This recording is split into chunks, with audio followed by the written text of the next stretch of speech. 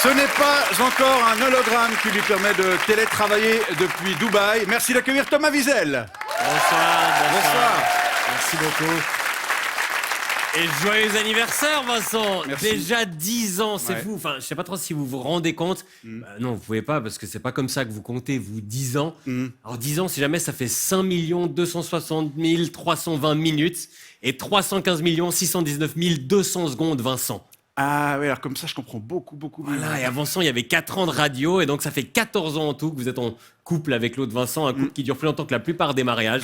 On a donc le secret pour durer, les jeux de rôle. C'est impossible de se lasser de son partenaire quand il change plusieurs fois par tête de métier, d'accent et de tête. Cette semaine, 24 heures à la Tribune de Genève ont même posé la question, est-ce que les Vincent vous font rire? Il y a eu un sondage, vous allez voir les résultats, Vincent? Non. Menteur. Bien sûr que vous êtes allé voir. Figurez-vous que 75% répondent qu'ils vous trouvent toujours drôle. Mais c'est incroyable comme résultat. Mais vous faites chier, parce que même là, les gens, ils vous aiment. Alors que normalement, les gens qui donnent leur avis sur les sites d'actualité, peu importe la question, la réponse c'est c'était mieux avant, et puis il y a trop d'étrangers de toute façon. Donc bravo à vous, je sais pas comment vous faites. Après, le pire, c'est les commentaires des sites d'actu. Ça, c'est vraiment les égouts du web. Faut pas aller lire les commentaires. Mais si, je suis sûr que vous en prenez plein la gueule. Allons voir un peu les commentaires Yes. sur cet article. François, Sylvain et Émile, les meilleurs. Ça, c'était naturel et drôle. Voilà, ça, je préfère. Comme c'était bien quand ça durait que 120 secondes. Voilà, il vous a pas raté, là. Un autre commentaire. Ce qui est sûr, c'est que Thomas Wiesel, lui, ne ferait personne. Bon, on n'est pas obligé de lire tous les commentaires. Non, bah plus, non. c'est pas obligatoire. Non, en plus, il n'y a pas que vous dans l'actualité, Vincent. Bien sûr. On part aux États-Unis où Donald Trump va commencer lundi son 2e mandat avec de grandes ambitions. Il veut annexer le Canada, le Groenland et le canal de Panama. Visiblement, il veut Make America Great au sens géographique du terme. Il a décidé de jouer à risque dans la vraie vie. Pendant toute sa campagne, il a promis de diminuer le nombre d'étrangers aux États-Unis et on comprend maintenant comment il va conquérir tous les pays. Comme ça, il n'y a plus d'étrangers, il n'y a que des Américains. Problème résolu.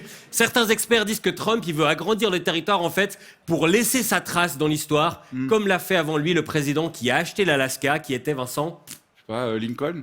Andrew Johnson. Ouais, c'est la preuve que ça suffit pas pour marquer l'histoire. Pas de la bonne manière en tout cas, puisqu'Andrew Johnson est régulièrement classé comme un des pires présidents de l'histoire américaine. L'argument de Trump pour récupérer le canal de Panama, c'est que ça a été construit par des Américains.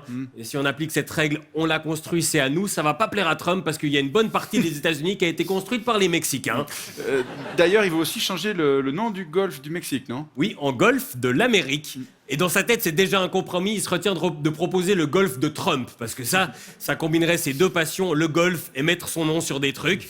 La présidente du Mexique, Claudia Sheinbaum, a répliqué en me présentant une vieille carte où on voit que toute la région à l'époque s'appelait l'Amérique mexicaine. On dirait les Genevois et les Vaudois qui se battent sur le nom du Léman. Regarde sur cette vieille carte, il s'appelle Lac de Genève. Ouais. Du côté du Canada, ça réagit comment? Ah bah une politicienne canadienne a proposé aux États démocrates américains de rejoindre eux le Canada pour avoir une meilleure couverture santé ainsi que des lois sur les armes à feu. La politique mondiale est donc tombée à ce niveau, à jouer à contre-Kems. L'ancien premier ministre canadien Jean Charest a déclaré: la dernière fois que les États-Unis ont tenté d'envahir le Canada en 1812, ça s'est pas très bien terminé. Le Canada a même incendié la Maison-Blanche. Et ça, c'est un argument convaincant en 2025. Ah, attention, on vous a botté le cul il y a 200 ans avec nos mousquets, nos trébuchets. Bon, de toute façon, je crois que le Canada risque rien parce que pour dire qu'il voulait les annexer, Trump a publié un montage avec le Cervin derrière. Donc c'est plutôt nous qui devrions flipper. Il va réussir à nous envahir par erreur, ce génie. Mais si j'étais lui, je ferais gaffe, parce qu'on a quand même envahi, nous, 2 fois le Liechtenstein. Alors, certes, c'était sans faire exprès, parce que nos soldats se sont perdus, puis après on s'est excusé, puis on est rentré à la maison. Mais attention quand même. Et alors, pourquoi il veut le Groenland? Mais ça, bonne question, Vincent. On sait pas trop pourquoi. Bon, alors Trump, il vient de l'immobilier, donc s'il passe plus de 3 mois sans acheter du terrain, il tombe gravement malade. Puis après, il faut lui greffer un rein et tout ça. Non, pardon, ça je confonds les histoires, c'est pas la même chose.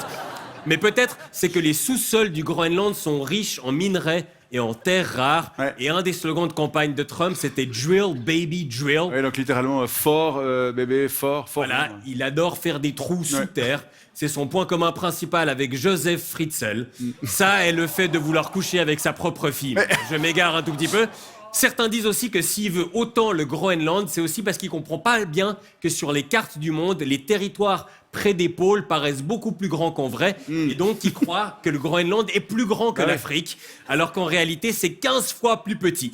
En fait, le Groenland, c'est comme les objets dans le rétroviseur ou dans une dick pic, ça n'a pas la même taille en réalité. Ou alors, peut-être que Trump voit la Californie cramer, il se dit, bon, on va acheter un gros bout de glace, puis on va le jeter sur les incendies, ça va régler le problème. Ils en sont où d'ailleurs en Californie? Le combat continue, mais les bras manquent. Ils ont dû faire appel à des renforts venus du Mexique et du Canada. Et ça la fout mal. Alors oui, on veut vous effacer des cartes bientôt, mais en attendant, si vous pouvez nous prêter quelques pompiers, on vous les rend juste après, promis. Et tout ça révèle aussi la problématique de l'eau en Californie, un endroit régulièrement confronté à des sécheresses et des difficultés d'approvisionnement. Et cette fois, c'est une autre région qui leur est venue en aide, le Valais, qui a dit « Nous, de l'eau, on en a plein, on n'en boit jamais, on vous l'envoie ». Voilà qui devrait bien aider. Merci beaucoup Thomas.